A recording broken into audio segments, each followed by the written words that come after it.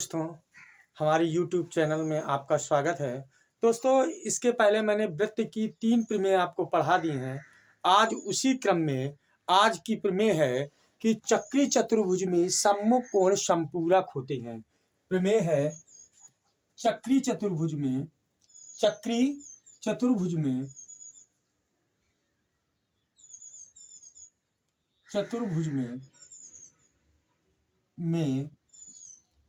सम्मुख कोण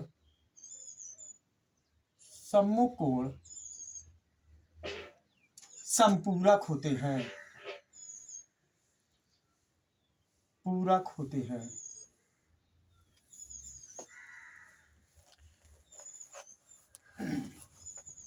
ध्यान से समझना दोस्तों, चक्री चतुर्भुज में सम्मुख कोण क्या होते हैं? संपूरक होते हैं। संपूरक का मतलब क्या होता है? चक्री चतुर्भुज क्या होता है? तो ध्यान से समझेंगे दोस्तों। चक्री चतुर्भुज क्या होता है? जब किसी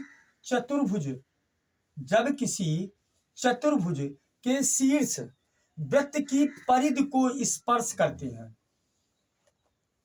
वृत्त की परिधि को क्या करते हैं? स्पर्श करते हैं। जब किसी चतुर्भुज के शीर्ष वृत्त की परिधि को क्या करते हैं? स्पर्श करते हैं, तो इस प्रकार का बना चतुर्भुज चक्री चतुर्भुज कहलाता है। जैसे ए बी सी डी और वृत्त का केंद्र ये ओ है। वृत्त का केंद्र क्या है? ओ है। फिर एक बार ध्यान से समझना दोस्तों, हमें पढ़ना है कि चक्री चतुर्भुज में सम्मुख कोण संपूरक होते हैं। चक्री चतुर्भुज में सम्मुख माने होता है आमने सामने, संपूरक मतलब होता है 180 अंश, और चक्री चतुर्भुज का मतलब होता है जब किसी चतुर्भुज के शीर्ष वृत्त की परिधि को स्पर्श करते हैं, तो ऐसे चतुर्भुज को हम चक्री चतुर्भुज कहते हैं। ध्यान से समझ में आ गया होगा कि चक्री चतुर्भुज क्या होता है। चक्री चतुर्भुज जब किसी चतुर्भुज के शीर्ष वृत्त की परिधि को क्या करें? स्पर्श करते हैं, तो ऐसे चतुर्भुज को हम चक्री चतुर्भुज कहते हैं। इसके पहले जो हमने आपको क्लास डाली थी, जिसमें हमने आपको बताया था न्यून कोण, अधिक कोण, सम कोण, संपूरक कोण, कोटपूरक कोण, उसी तरीके से संपूरक माने होता है 180 अंश, और कह रहा सम्मुख माने होता है आमने सामने। जैसे मैं यहाँ खड़ा हूं और मेरे सामने जो स्टूडेंट बैठे हैं, तो ये क्या है? सम्मुख माने हो गया आमने सामने के कोण। जो इसके सम्मुख ये और इसके सम्मुख ये, सम्मुख कोण क्या होते हैं? संपूरक होते हैं। संपूरक का मतलब हुआ 180 अंश होता है। अर्थात हमें क्या प्रूव करना है? हमें यह सिद्ध करना है कि कोण ए बी सी प्लस कोण यहां ए डी सी बराबर कितना? 180 अंश। इतनी बात समझ में आ रही? या हमें प्रूव करना है कोण बी ए डी प्लस कोण बी सी डी बराबर 180 अंश। तो समझ में आ गया होगा। कह रहा है सम्मुख कोण संपूरक होते हैं। सम्मुख माने होता है आमने सामने के, संपूरक माने होता है 180 अंश। हमें यह सिद्ध करना है कि यदि कोई चतुर्भुज चक्री चतुर्भुज है, तो उसके सम्मुख कोण कैसे होंगे? संपूरक का मतलब होता है 180 अंश होता है। तो जो दोस्तों ये लिखा है, यही हमारा उद्देश्य है, और जो बोर्ड पेपर में लिख के आता है, तो इसको हम क्या डालें? उद्देश्य। हमारा उद्देश्य क्या हो गया कि चक्री चतुर्भुज में सम्मुख कोण संपूरक होते हैं। इतनी बात सबके समझ में आ गई। हमें प्रूव करना है कि चक्री चतुर्भुज में सम्मुख कोण संपूरक होते हैं। अगला टॉपिक होता है रचना का, ज्ञात है। अगला टॉपिक है ज्ञात है। अब इधर ध्यान से समझना दोस्तों, हमें क्या ज्ञात है? वृत्त का केंद्र ज्ञात है और चक्री चतुर्भुज ज्ञात है। तो यहां ज्ञात है में लिख देंगे, ज्ञात है में वृत्त का केंद्र ओ, वृत्त का केंद्र ओ तथा ABCD एक चक्री चतुर्भुज है।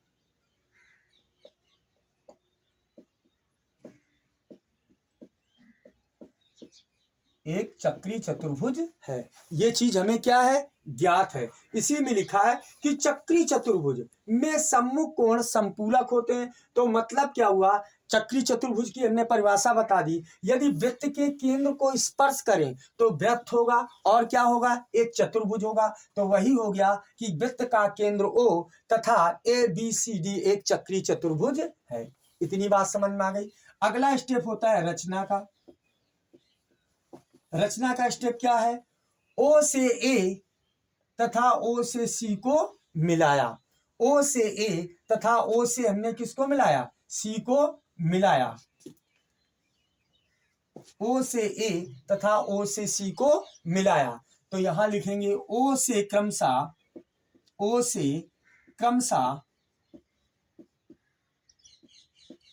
किसको, AC को मिलाया। A व C को मिलाया।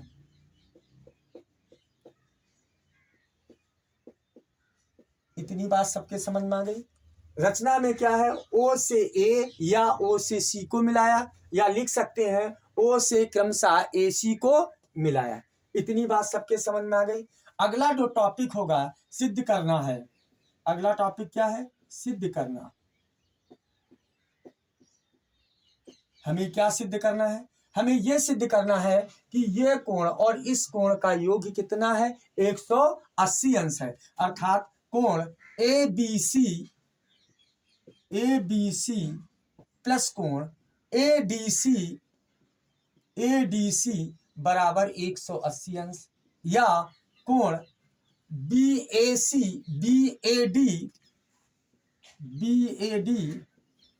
प्लस कोण BCD बराबर 180 अंश। इतनी बात सबके समझ में आ गई। अगला स्टेप होता है उपपत्ति।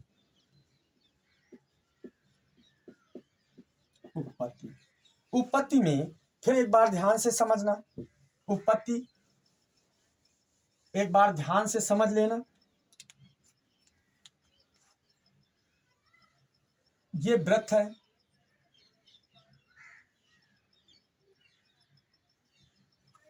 ये वृत्त का केंद्र O है। ये तुम्हारा था ABC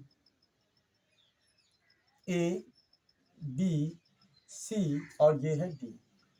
इतनी बात समझ में आ गई। इसके पहले हमने आपको एक प्रमेय पढ़ाई थी कि वृत्त के केंद्र पर बना कोण परिधि पर बने कोण का दूना होता है। क्या, कि वृत्त के केंद्र पर बना कोण परिधि पर बने कोण का दूना होता है।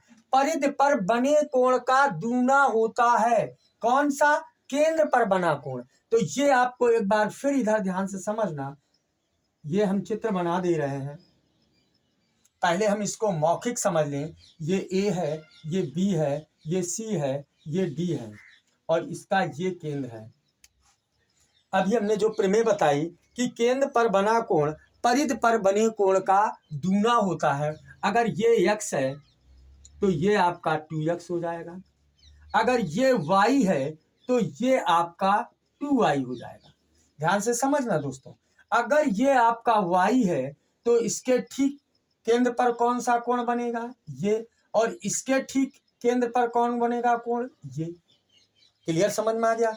तो ये पूरा कोण कितने अंश का है, 360 अंश का। अर्थात हम इसको लिख सकते हैं 2x प्लस 2y बराबर 360 अंश। अर्थात 2 कोष्टक में x प्लस वाई बराबर आ गया 360 अंश। तो x प्लस वाई बराबर 360/2 बराबर 180 अंश। अतः x और प्लस y मतलब आमने सामने है, तो x प्लस वाई बराबर कितना निकल के आ गया, 180 अंश।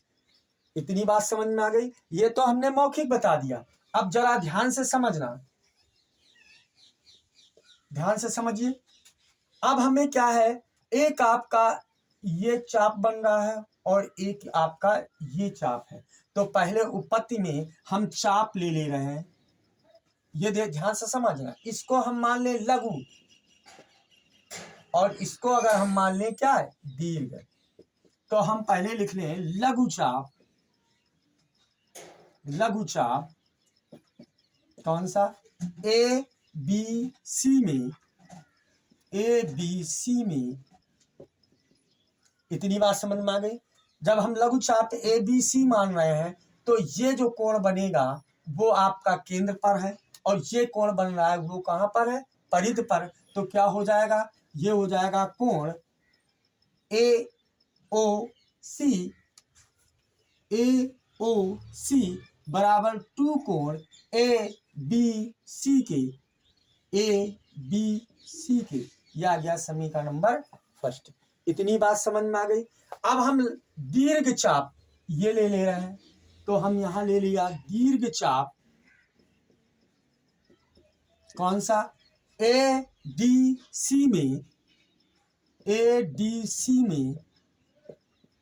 जब ये ले लेंगे, अब इसके लिए ये कोण ये वाला ये पॉइंट ये केंद्र पर है और ये कहां पर है परिध पर है। तो अब कोण कौन सा हो जाएगा ए ओ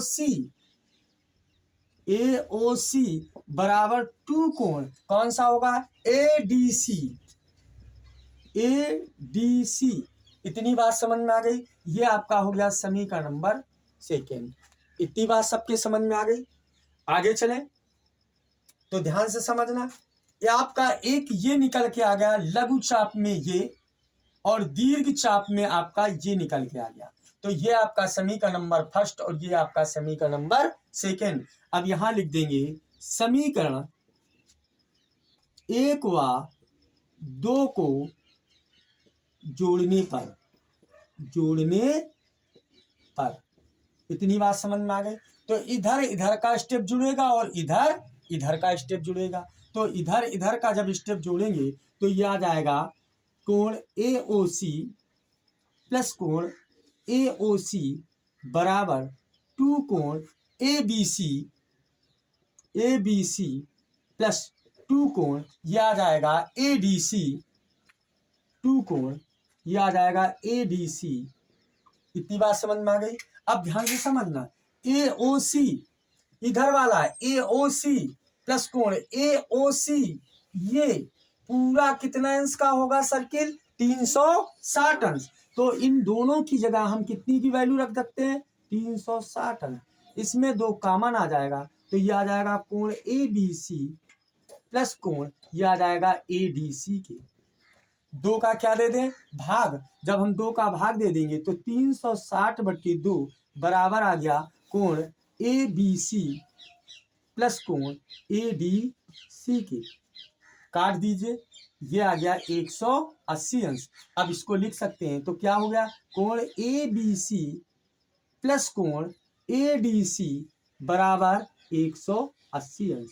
ये आपका निकल के आ गया। ध्यान से समझिए, तो कोण कौन सा निकल के आ गया इधर ध्यान से समझना। ये आपका आ गया एक कोण ए बी सी कौन सा जो सिद्ध करना था ए बी सी प्लस कोण ए डी सी प्लस कोण ए डी सी बराबर कितना निकला 180 अंश। इसी प्रकार अब हल नहीं करना है। इसी प्रकार क्या हो जाएगा कोण कौन सा बी ए डी प्लस कोण कौन सा ए सी डी बराबर कितना हो गया 180 अंश। तो ये आपका आ जाएगा बी ए डी ये बी ए डी और plus A C D plus B C D यहाँ हो जाएगा बी सी डी। तो वही है बी सी डी बराबर कितना है 180 अंश। यही आपको क्या करना था सिद्ध करना था कि चक्री चतुर्भुज में सम्मुख माने होता आमने सामने के कोणों का योगफल कितना आ गया 180 अंश आ गया। यही आपका प्रूव्ड हो गया। दोस्तों उम्मीद करता हूं कि ये जो टॉपिक है बोर्ड एग्जामिनेशन में अधिकांशतः पूछा जाता है और बहुत ही इम्पोर्टेंट टॉपिक है। अगर मेरी क्लास आपको अच्छी लगी हो तो हमारे चैनल को लाइक करिए, सब्सक्राइब करिए। धन्यवाद।